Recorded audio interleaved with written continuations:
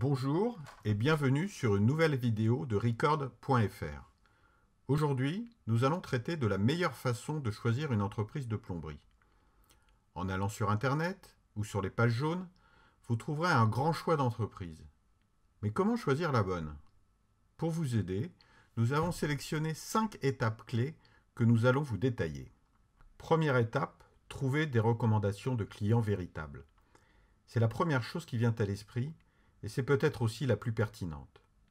Quoi de mieux que d'avoir le retour de personnes que vous connaissez et qui sont proches de vous? Vos amis, bien sûr, mais pourquoi ne pas demander aussi à votre gardien, vos voisins, voire même les commerçants avec lesquels vous entretenez des relations cordiales? C'est un petit travail d'enquête qui vous donnera aussi l'occasion de socialiser davantage. Internet aussi est une source d'information, mais faites attention à leur fiabilité douteuse. Ainsi, sur certains sites d'entreprise, vous trouverez des témoignages de clients. Ils seront toujours positifs. Sur les pages de recherche de Google, on trouve des étoiles jaunes, souvent au nombre de 4 ou 5, mais on ne sait pas très bien ce qu'elles veulent dire.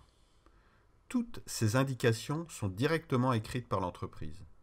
Elles peuvent donc être réelles, mais elles sont parfois inventées. Soyez prudents, ne vous y fiez pas trop, et considérez-les seulement comme des indices. Trouver des références crédibles ne devrait pas vous dispenser des 4 étapes suivantes. Une bonne expérience de l'un de vos amis n'est pas forcément transposable chez vous. Étape numéro 2, renseignez-vous sur l'entreprise. Et il y a de bonnes raisons pour en savoir plus. Est-ce que l'entreprise existe réellement? Est-ce bien le patron que vous avez rencontré? L'entreprise est-elle suffisamment saine financièrement pour vous accompagner jusqu'à la fin des travaux? Est-ce vraiment une entreprise de plomberie qui vous garantit un minimum de formation dans le domaine? L'âge de l'entreprise aussi, sans être une garantie, vous donne un indice intéressant sur son expérience. Pour obtenir toutes ces informations, connectez-vous sur l'un des 3 sites suivants: infogreffe.fr, manageo.fr ou société.com. Il vous suffit d'indiquer le nom de l'entreprise ou son numéro de sirène. J'ai une petite préférence pour le site société.com qui vous donne d'un coup d'œil tous les renseignements dont vous avez besoin. Vous pouvez y vérifier l'adresse de l'entreprise, son code APE qui renseigne sur le secteur d'activité officiellement déclaré, sa date d'immatriculation, soit sa date de création, ce qui vous renseignera sur son ancienneté, le nombre de salariés, le chiffre d'affaires et, si vous voulez en savoir un tout petit peu plus, descendez plus bas pour lire le bénéfice net et les capitaux propres de l'entreprise. À ce stade, vous savez si vous avez affaire à un partenaire sérieux et vous pouvez vous intéresser au 3e critère qui lui aussi a son importance. Il s'agit des assurances professionnelles. C'est un facteur important et nous allons voir pourquoi. Sachez tout d'abord que ces assurances coûtent cher aux entreprises, et ce, d'autant plus qu'elles ont connu des sinistres auparavant qui auront pu leur entraîner un malus. Il peut alors être tentant pour les entreprises de faire l'impasse sur elles. Force est de constater que beaucoup d'entreprises ne communiquent pas spontanément les attestations, même si la loi leur en fait l'obligation depuis le mois de juin 2014. Vous devrez vous intéresser à 2 assurances, la responsabilité civile professionnelle, ou RC Pro, et la dommage ouvrage, nommée aussi garantie décennale. La responsabilité civile professionnelle couvre tous les dommages que l'artisan aura pu causer au cours de son intervention, à votre encontre ou à celui de tiers. Elle garantit tous les incidents qui se produisent au cours du chantier et qui auraient causé des dégâts matériels ou corporels à votre endroit ou à celui de vos voisins.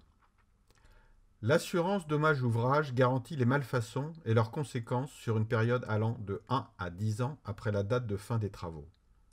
Cette garantie permet d'obtenir un dédommagement, même pour le cas où l'entreprise aurait disparu ou serait défaillante, ce qui est très possible sur une période de temps aussi longue qu'une décennie. 4e point, la garantie. Gardez bien à l'esprit que les assurances RC Pro et dommage ouvrage ne couvrent pas le bon fonctionnement de votre installation dans l'année qui suit la fin du chantier. Choisissez un plombier qui est prêt à vous donner une garantie de 1 an ou moins sur le bon fonctionnement du matériel et de son installation. Il devra s'agir d'une garantie contractuelle dont les modalités seront décrites dans le devis. Elle vous donnera accès à réparation gratuite sur un simple coup de fil. Elle sera aussi, pour l'entreprise, une motivation supplémentaire à vous fournir un travail de qualité. Voilà, maintenant vous avez passé avec succès les étapes 1 à 4. Vous savez que vous avez affaire à une entreprise sérieuse qui offre toutes les garanties que vous êtes en droit d'espérer. Vous pouvez maintenant rentrer dans le vif du sujet et parler de votre projet. L'objectif ici est d'obtenir le résultat que vous escomptez dans les meilleures conditions. Décrivez vos objectifs à l'entreprise. L'erreur serait ici de rentrer trop vite dans les détails de la solution que vous avez imaginée. Ce serait ne pas profiter de l'expérience et de la compétence de votre plombier.